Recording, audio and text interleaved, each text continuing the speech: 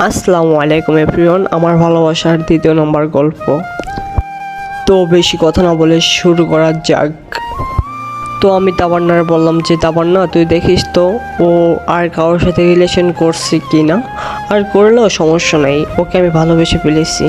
ও যদি হাজারো ছেলেদের সাথে রিলেশন করে তারপর ওর সাথে আমি রিলেশন করব, কারণ তারে আমি ভালোবেসে ফেলেছি। আর তুই ওকে জিজ্ঞেস করিস তো ও আমাকে পছন্দ করে কিনা। যদি পছন্দ করে তাহলে তো হয়েই গেল। আর একটা কথা জানিস কি, আমি বলছিলাম আমি কখনো কারোর সাথে রিলেশন করবো না, কিন্তু দেখ আমি শেষমেশ একজনের মায়ায় পড়েই গেলাম। এখন শুধু বাকি সে আমাকে পছন্দ করে কিনা, যুথি আমাকে পছন্দ করে কিনা। আমার বিশ্বাস যুথি আমাকে পছন্দ করবে, না হলে তো এরকম করে তাকানোর কোনো মানেই হয় না। বুঝলি তাবান্না? তাবান্না বলল, আচ্ছা ঠিক আছে, আমি বইলা দেখবো, যদি প্রেম হয় তাহলে কিন্তু আমাকে ট্রিট দিতে হবে তোর। আমি বললাম আচ্ছা ঠিক আছে, আগে প্রেমটা তো করাই দে, তারপরও না ট্রিট দেব। এই বলে আমি ফোনটা কাইটা দিলাম। আমি ভাবতেছি সে রাজি হবে কিনা, সে আমাকে পছন্দ করে কিনা, এসব ভাবতেছি।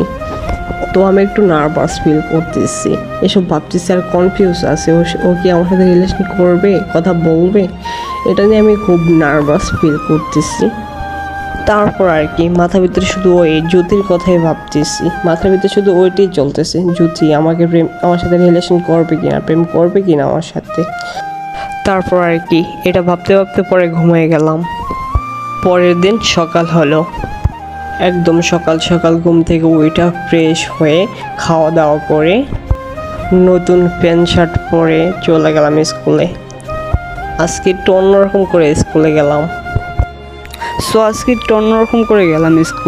বুঝিনি তো, নতুন নতুন প্রেমে পড়লে যা হয় আর কি। তো আমার মনে শুধু ওর কথাই চলতেছে যে ওর সাথে দেখা হবে কি না। সো এটা ভাবতে ভাবতে আমি চলে গেলাম সেই যে দোকানে আমাদের প্রথম দেখা হয়েছিল, কালকে দেখা হয়েছিল, সেই দোকানের কাছে চলে গেলাম। সো দেখি সেখানে গিয়ে দেখি কিনা, ওই জন্য দেখতে পাই কিনা, ওই জন্য চলে গেলাম দেখতে পাই কিনা, শুধু যুদ্ধের জন্য। সো ও কিন্তু আমার স্কুলে পড়তো না, আমি যে স্কুলে পড়ে ও কিন্তু সেই স্কুলে পড়তো না, ও পড়তো অন্য আরেকটা স্কুলে। তারপর আর কি যেই কথা সেই কাজ, চলে গেলাম সেই দোকানে গিয়ে বসে আছি, দেখি ও আসে কিনা, কিন্তু দেখি যে না, ও আসে নাই। তো আর কি ওই দিন আর ক্লাস করলাম না, ওই দোকানেই সময় গেল, ওই দোকানেই সময় কাটিয়ে দিলাম ওর জন্য। তারপর আর কি স্কুল ছুটি হলো, আমি এসে পড়লাম বাড়িতে। মনটা আজকে অনেক খারাপ, তার জন্য গেছিলাম দোকানে, তার সাথে দেখা হয়নি। সো আর কি মনটা অনেক খারাপ। সো আসলাম বাড়িতে, দুপুরে ভাত খাইলাম, তাবান্নার ফোন দিলাম, হ্যালো তাবান্না, কিরে আজকে তো ওর জন্য যে আমি অনেকক্ষণ ওয়েট করলাম দোকানে, কিন্তু ওরে দেখলাম না, ও আজকে কি আসেনি স্কুলে? ও বললো যে হ্যাঁ গেছিল আমার সাথে, আমি যাওয়ার সময় দেখা হয়েছিল ওর সাথে, একসাথে গেছিলাম। কেন তুই দোকানের জায়গায় বলছি তোর অপেক্ষা করতে? ওরে আমি সব বলছিলাম যাওয়ার সময়, ও তো তোর নাম্বার চাইছিল, ওর আমি নাম্বারও দিয়েছি। এখন কি তোর কাছে ফোন দেয় নাই? ভাই বিশ্বাস করেন এই কথাটা শুনি না, মানে আমার এত ভালো লাগছে। তারপর বললাম না রে, আমার কাছে ফোন তো দেয় না এখন পর্যন্ত, আচ্ছা দেখি দেয় কি না, অপেক্ষায় আছি। হ্যাঁ আমি জ্যোতির ফোনের অপেক্ষায় আছি, দেখি কখনো আমার ফোন দেয়।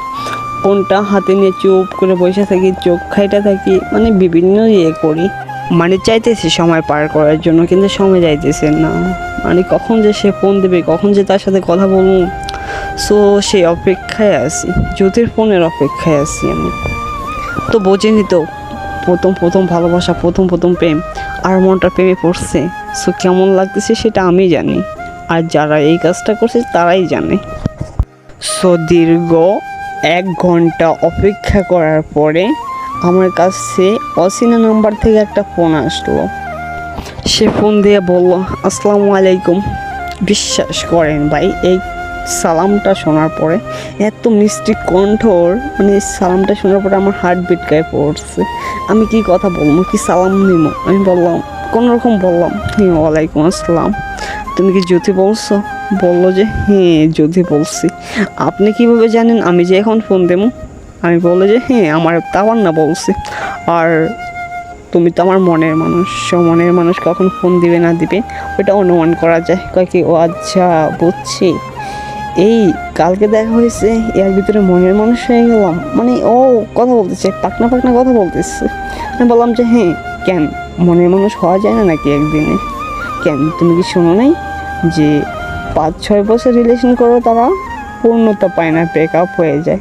আর 2-1 দিন রিলেশন করেও বিয়ে করে, 2-1 মাস 2-1 দিন রিলেশন করো তারা বিয়ে করে, যদি খাঁটি হয়, ভালোবাসা যদি খাঁটি হয়।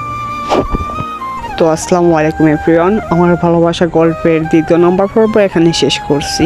আমার ভালোবাসা গল্পের 3 নম্বর পর্ব খুব শীঘ্রই আসতেছে। তো সবাই ভালো থাকবেন, সুস্থ থাকবেন, আল্লাহ হাফেজ।